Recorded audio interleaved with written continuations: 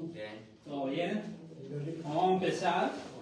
Como siempre, ya saben, no necesito decirlo otra vez, ¿no? Hoy vamos a, la última vez vimos el capítulo 3 de Mateo, la última vez que yo estuve hablando, y hoy vamos a ver el capítulo 4. Y en el capítulo 4 empieza con el bautismo de Jesús, ¿verdad? Por ahí es donde vamos a empezar. Pero vamos a ver que realmente pertenece, lo que aparece en el capítulo 4, pertenece al grupo del capítulo 3, cosas, porque la división, recuerden que la división de los capítulos y los versículos es algo moderno, entonces a veces no están divididos de la mejor forma, pero no quiere decir que sea malo, simplemente de que hay que tener en cuenta. Entonces vamos a retroceder con el bautismo de Jesús un poco, y dice así: entonces Jesús llegó de Galilea al Jordán, a donde estaba Juan, para ser bautizado por él. Pero Juan, es decir, Juan el Bautista, no Juan el apóstol, Juan el Bautista trató de impedirlo diciendo: yo necesito ser bautizado por ti y tú vienes a mí. Jesús respondió: permítelo ahora, porque es conveniente que así cumplamos toda justicia. Entonces Juan el Bautista dijo: ok. Después de ser bautizado, Jesús salió del agua inmediatamente. Y los cielos se abrieron en ese momento.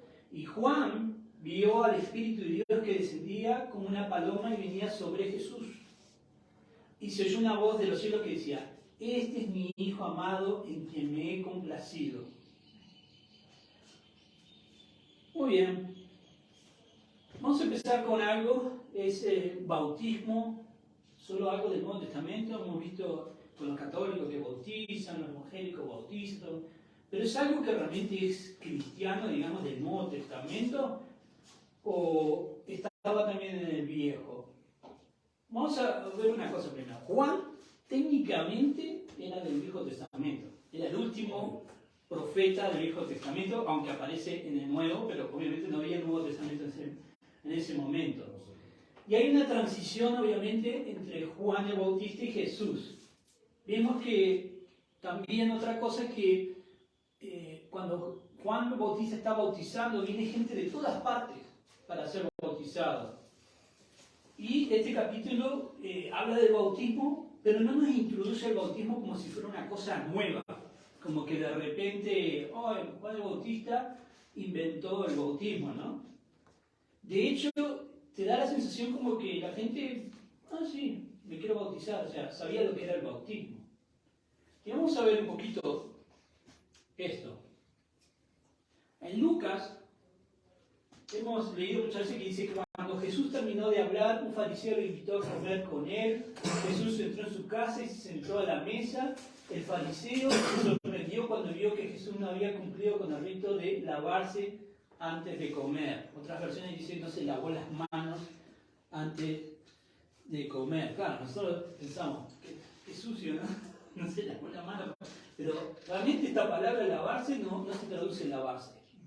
Es la palabra baptizo en griego, ¿verdad? Entonces, lo que dice realmente el versículo es que el fariseo se extrañó que no se hubiera bautizado antes de comer.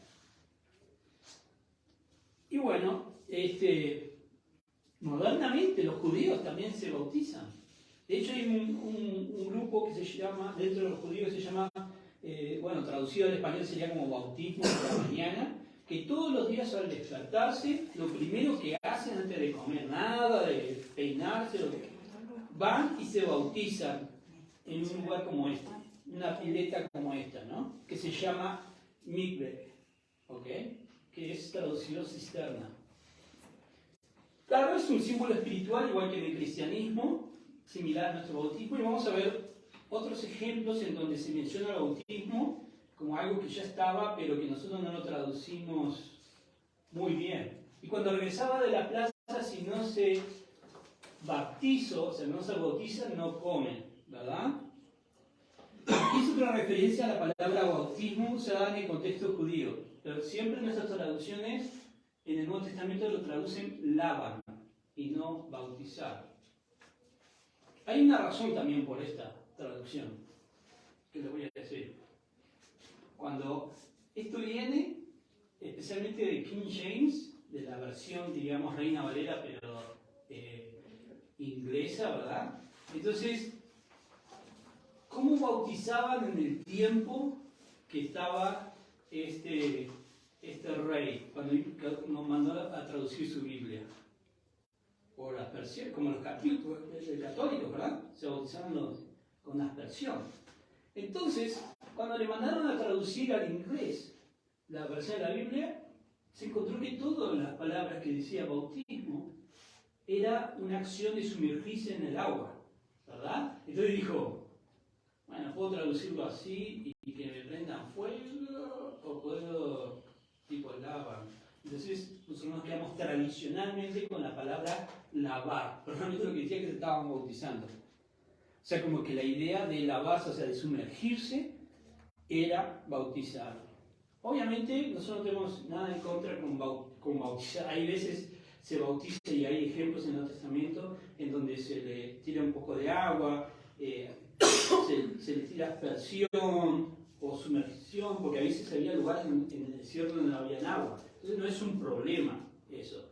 Pero lo que quiero decir es que en este caso, en este contexto, siempre fue sumergirse porque era un ritual judío.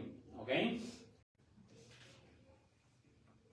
Entonces cuando aparece Juan el Bautista y empieza a bautizar a la gente, la idea de bautizo, ¿no?, en griego, no es nueva para los judíos. ¿Y este qué estaba haciendo? ¿Ahogando a la gente?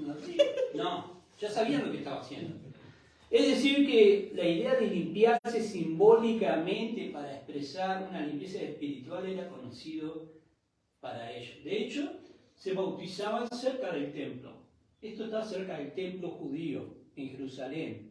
Entonces, cuando tú ibas a hacer un sacrificio al templo, tenías que bautizarte, porque te tenías que purificar, ¿verdad? Entonces, ¿cuál es la diferencia entre el bautismo de Juan, el Bautista, con el bautismo judío? ¿Qué era lo revolucionario ahí? Primero, la forma que lo hacía Juan el Bautista. Cuando iba a bautizar era Juan el que te bautizaba a ti. En el bautismo judío eras tú que te bautizabas a ti mismo. Tú ibas y te sumergías. No, Juan te tiraba al río, ¿verdad? Te sumergías en el río.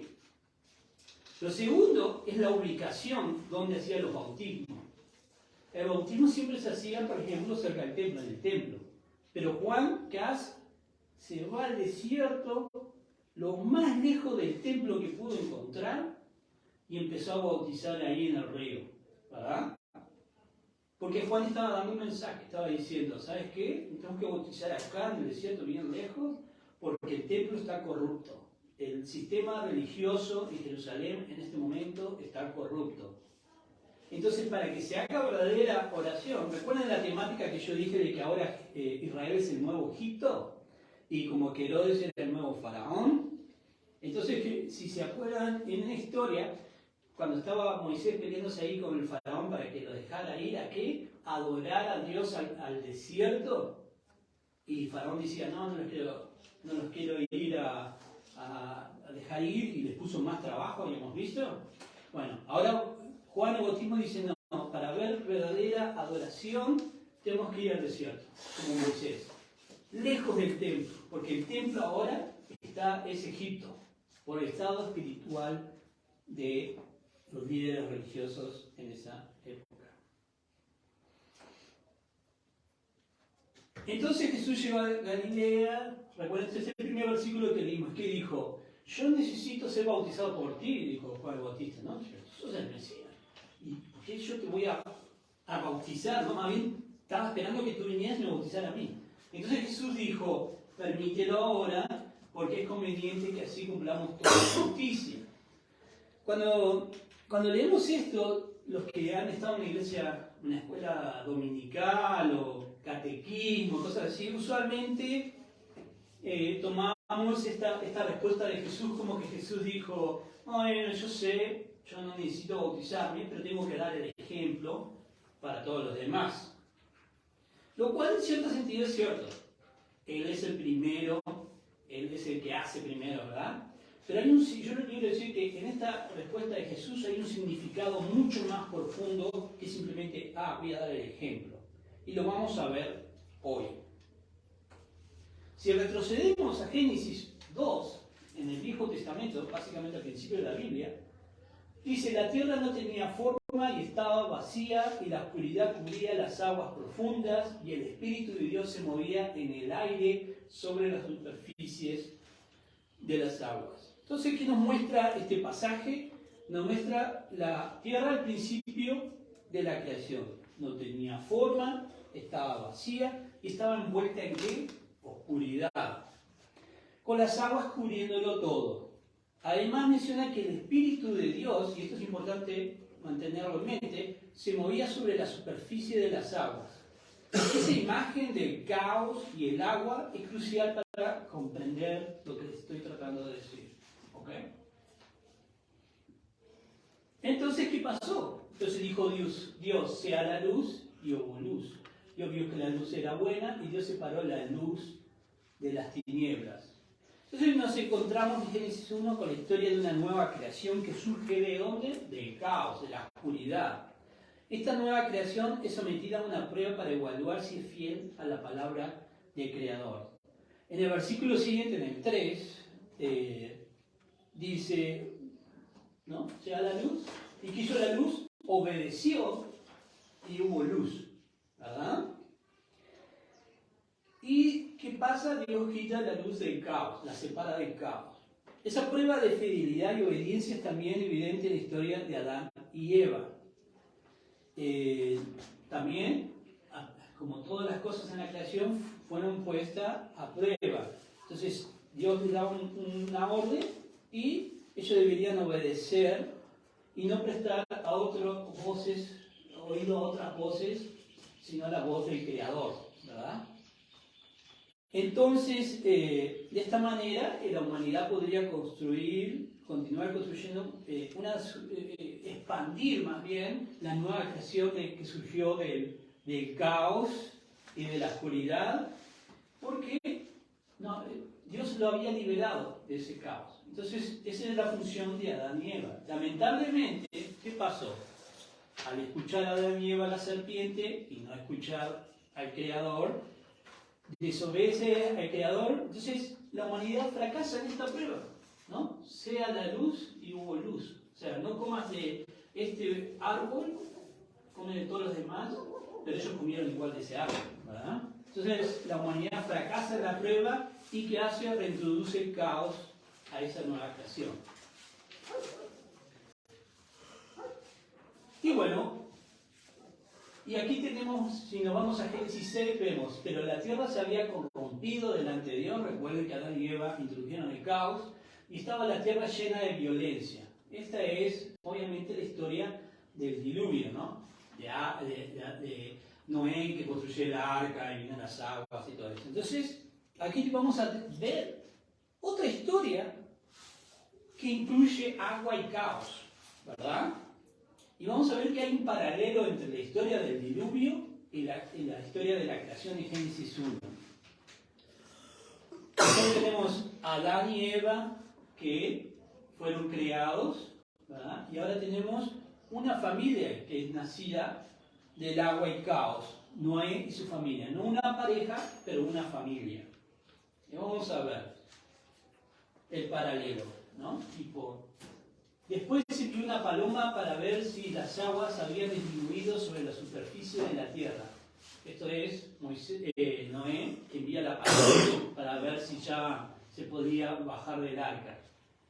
Y vemos en el principio, otra vez, y el Espíritu de Dios se movía sobre la superficie de las aguas. ¿Qué representa la paloma siempre en la Biblia? El Espíritu de Dios. Entonces tenemos, el Espíritu de Dios se movía sobre la superficie de las aguas y tenemos una representación del Espíritu de Dios que también se movía sobre la superficie de las aguas. ¿Ok? Entonces aquí empieza una imagen de creación otra vez. La vegetación es creada en Génesis 1:11, ¿verdad? Lo cual significa que había tierra seca, y lo vemos en Génesis 1:10. Entonces el arca se reposa en tierra firme ¿Y qué es lo primero que sucede cuando el arca se logra reposar?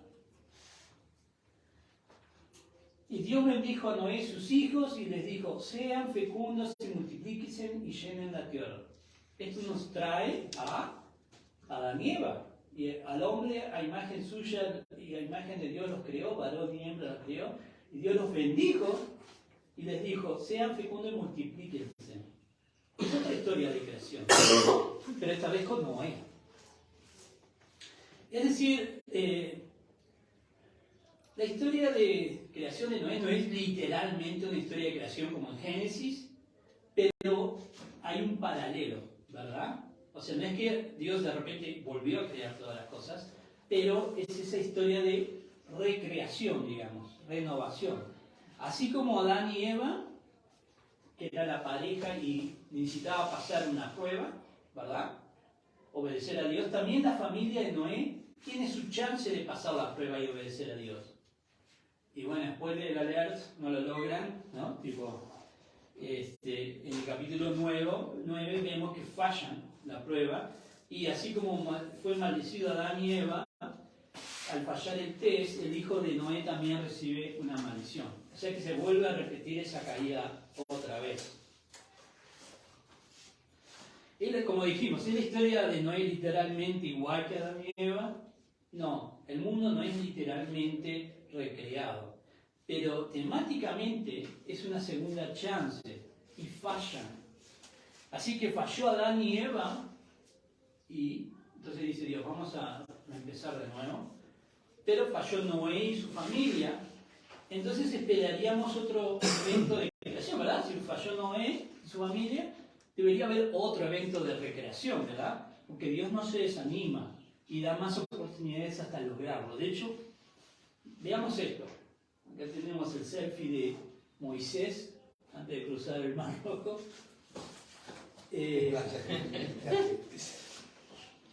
¿Dónde están ellos? En agua y caos, ¿verdad? Ellos salían de qué oscuridad?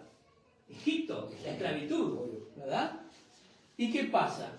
Las aguas se dividen, tierra seca aparece. ¿A qué le suena esto? Es otra vez la historia de creación. Si seguimos la temática, si esto es cierto, Adán y Eva, ¿no? Entonces tenemos agua y caos, nueva creación. ¿Qué falta? Tendríamos que hablar de un tipo de prueba, de test. Adán y Eva fallaron, la familia de Noé falló. Vamos a ver si esta nueva nación falla. ¿Logra pasar la prueba la nación de Israel? No. Ellos van del agua al desierto y nación es literalmente probada por 40 años. Y ellos son probados con la falta de agua, la falta de comida, y Dios interviene para darles agua y comida. Pero ¿cuál es la respuesta de la nación con Dios? ¿Es una respuesta justa? No, ellos murmuran, protestan, ellos habían fallado. Entonces, Adán y Eva fallan, la familia de Noé falla, y ahora una nación falla. ¿Cómo se va a resolver este problema? ¿Cómo vamos a obtener una creación como la que había antes de la caída?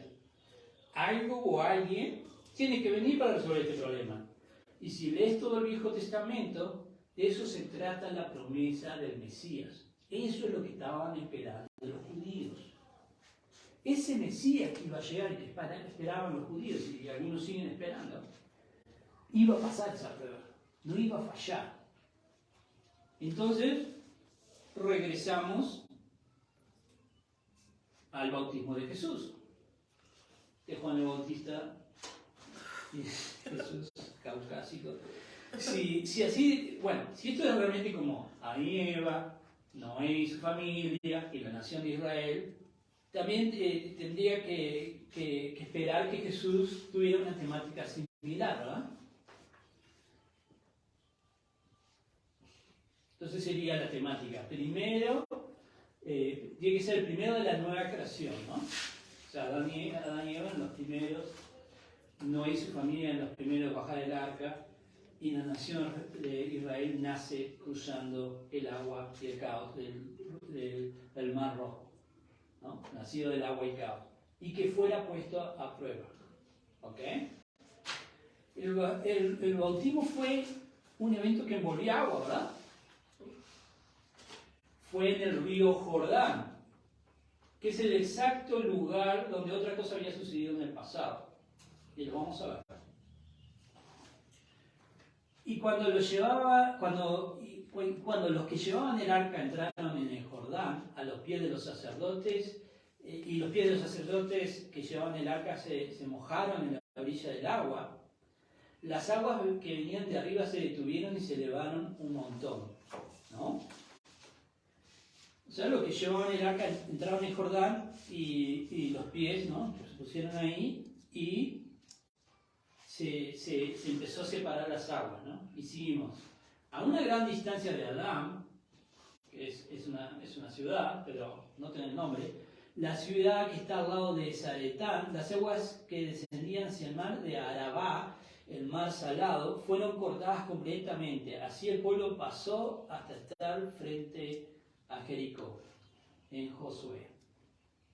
A una distancia de Adán, la ciudad que estaba allí, ¿verdad? Y vemos un evento de agua dando lugar a ¿qué? Tierra seca otra vez.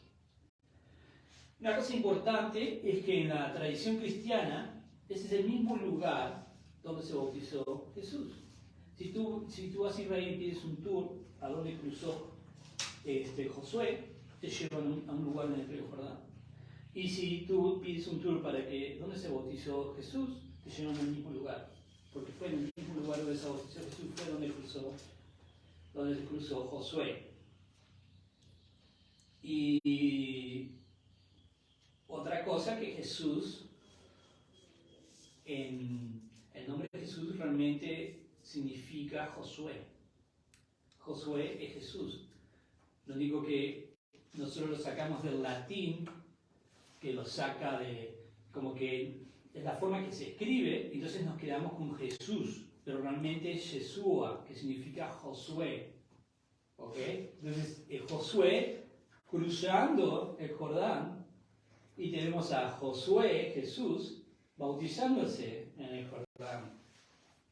Y no hay mucho caos en un río, ¿verdad? Acá vemos el río de la Barra y ahí está. Pero recuerden que espiritualmente Israel estaba en oscuridad, era el nuevo Egipto, estaba en caos. Entonces Jesús se sumerge en el agua, en una nación que está en caos, hay oscuridad, espiritualmente hay mucha oscuridad en Israel. Jesús sale del agua, ¿qué pasa entonces? Una paloma viene y vuela sobre la superficie de las aguas. Es decir, esa paloma era el Espíritu Santo. Entonces otra vez tenemos esa imagen del Espíritu Santo moviéndose por la superficie de las aguas. Jesús está en el desierto, el Jordán estaba en el desierto. Jesús es el nuevo Adán y Eva. ¿Va a fallar Jesús como Adán y Eva? ¿O la familia de Noé? ¿O la nación de Israel? ¿Va a murmurar y protestar como la nación cuando pasó por el desierto? ¿O va a confiar Jesús y obedecer la palabra del Creador? Y acá tenemos el desierto, ese es el desierto, en donde está el Jordán. O sea, no es como que muy lindo, ¿verdad? Si Jesús es el nuevo Moisés, como hemos estado hablando, ¿dónde uno esperaría que fuera la prueba para Jesús? En el desierto. Entonces leemos, luego, ya empezamos el capítulo 1, así que luego el Espíritu llevó a Jesús al desierto para que el diablo lo sometiera a la tentación. ¿Cuántos días estuvo Jesús en el desierto?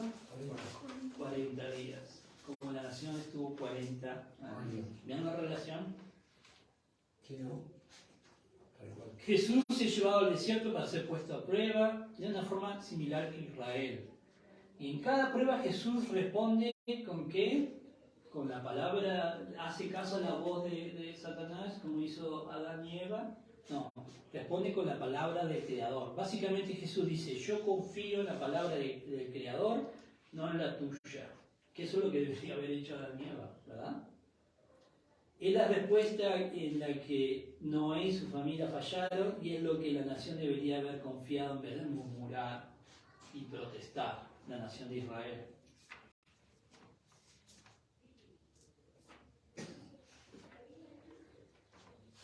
Y continuando con el capítulo 4, luego tenemos el relato de los primeros discípulos, ¿no?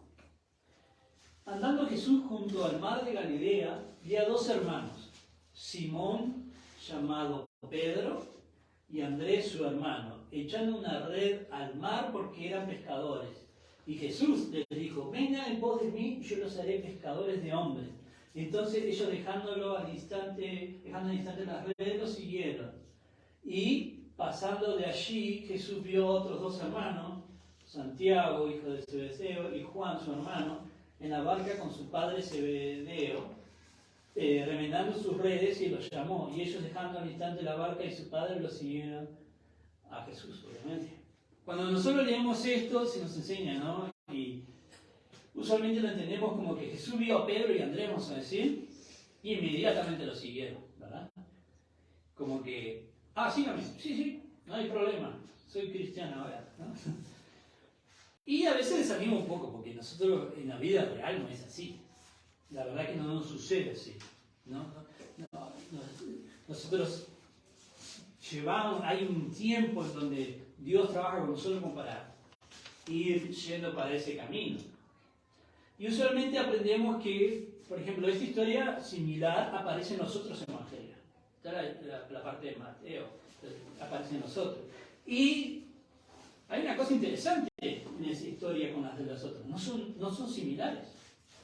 No coinciden algunas cosas. Entonces algunos dicen: no, pero simplemente es el mismo evento, pero lo ven desde una perspectiva diferente. Algunos con más detalle, con menos detalle, pero realmente no coinciden exactamente. Pero, en la opinión de muchos teólogos, yo le voy a proponer un orden diferente. Les va a pensar mucho sobre los relatos de los primeros discípulos que aparecen en los 4 evangelios. Vamos a hablar de un primer encuentro con Jesús. Al día siguiente, Juan el Bautista estaba otra vez allí con 2 de sus discípulos. Juan el Bautista tenía discípulos. Y vio a Jesús que pasaba, y Juan el Bautista dijo: ahí está el Cordero de Dios, ahí está el Mesías. Le dijo a sus discípulos. Y los 2 discípulos le oyeron hablar y siguieron a Jesús, ¿no? Porque Juan el Bautista le dijo: síganos. Jesús se volvió y viendo que lo seguían, les dijo: ¿qué buscan? ¿No? Ellos le dijeron: maestro, que es rabí, ¿dónde te hospedas? Entonces dijo Jesús: vengan y verán. Entonces fueron y vieron dónde se hospedaba y se quedaron con él en aquel día, porque eran como las 4 de la tarde. Y uno de los 2 que oyeron a Juan, o sea, Juan el Bautista, y siguieron a Jesús, era Andrés, hermano de Simón, que más tarde lo conocemos como Pedro. Él encontró primero a su hermano Simón y le dijo: ¿sabes qué? Hemos encontrado al Mesías. Entonces lo trajo Jesús, y Jesús mirándolo dijo: tú eres Simón, hijo de Juan, tú serás llamado Cefas, es decir, Pedro. Ahí Jesús dijo: no, ¿sabes qué? Tu nombre ahora es Pedro, ¿no? Ahora veamos el segundo encuentro. Esto es el relato de los primeros discípulos en Juan, ¿okay? El Evangelio de Juan. Ahora veamos el segundo encuentro, que es el que leímos nosotros. Andando Jesús al mar de Galilea, vio a 2 hermanos. Simón, llamado Pedro, o sea, de que ya le había puesto el nombre de Pedro. ¿Ven como que son 2 encuentros distintos? Y les dijo: vengan en pos de mí, yo los haré pescadores de hombres. Entonces ellos, dejando al instante las redes, lo siguieron y estuvieron ahí, ¿verdad? Ese es el segundo encuentro. Marcos dice exactamente lo mismo, es un pasaje paralelo a este. Entonces tenemos a Jesús y ve a Pedro y a su hermano, lo reconoce como: yo te nombré Pedro, ¿verdad? Cuando estábamos en el desierto. Recuerden que otro detalle acá, estaba Jesús junto al mar de Galilea y lo vio. En el anterior, si nosotros vemos, en el anterior, él estaba en el desierto. Y Juan el Bautista le dijo, sígalo a él. Entonces, Juan el Bautista dice, sígalo a él en el desierto. Y luego otro día, en otro momento, no sabemos cuánto tiempo, Jesús pasó por el mar de Galilea y los vio ahí pescando, ¿verdad? Y ahora tenemos un tercer encuentro. Jesús está hablando con la gente, entonces vio dos barcas que estaban a la orilla del lago, pero los pescadores habían bajado de ella y lavaban las redes. Entonces Jesús se subió a una de las barcas, que era de Simón, o sea, Pedro, y vio que se separaba un poco de la tierra y sentándose enseñaba a las multitudes de la barca. Le dijo, no, sí, yo puedo enseñar mejor aquí. Al terminar de hablar, dijo a Simón, sal a la parte más profunda y echen sus redes para pescar. Simón le contestó, maestro, o sea, ya estaban familiarizados con Jesús, hemos estado trabajando toda la noche y no hemos pescado nada, pero porque tú lo pides, o sea, como que tú lo comandas, echaré las redes. Y nosotros sabemos esa historia. Cuando lo hicieron, encerraron una gran cantidad de peces, de modo que sus redes se rompían. Entonces hicieron señas a sus compañeros que estaban en la otra barca para que vinieran a ayudarlo. Y vinieron y llenaron ambas barcas, de tal manera que se hundía. Al ver esto, Simón Pedro cayó a los pies de Jesús diciendo, apártate de mí, Señor, porque soy hombre pecador.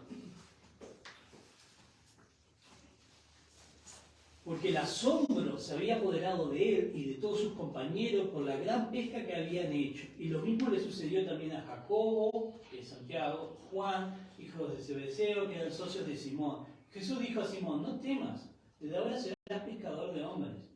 Y después de traer las barcas a la tierra, ahí recién, dejándolo todo, siguieron a Jesús. 3 encuentros.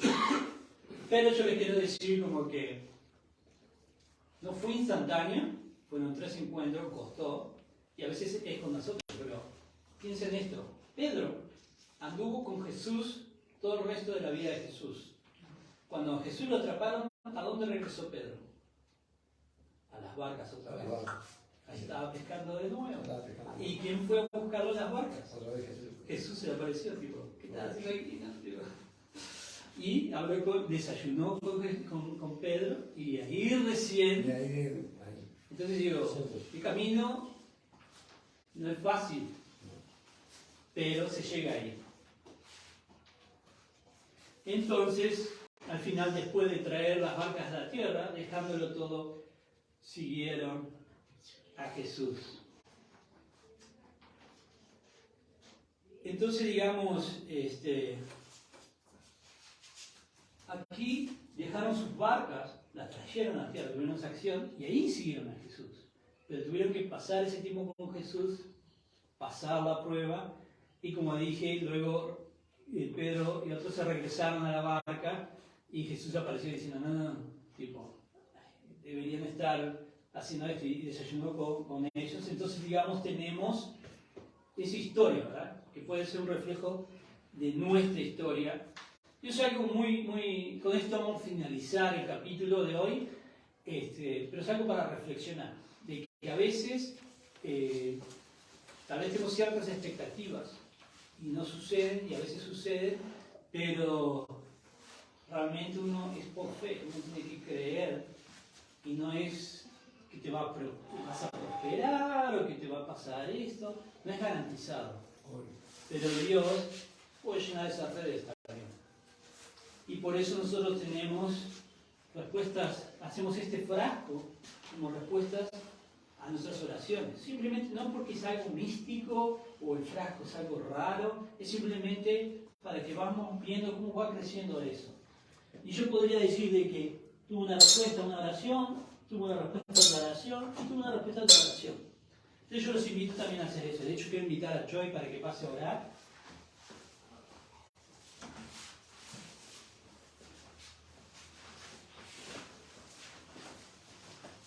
Yo creo que entre los dos podríamos llenar ese frasco hoy, porque ha sido una de esas semanas. Pero vamos a tomar un momento para orar y entregar la semana en las manos de Dios. Señor Jesús, te damos gracias por tu palabra y por esta oportunidad de estar juntos. Te pedimos que nos ayudes a ver en esta semana que en el medio del caos y en el medio de las complicaciones de la vida, lo más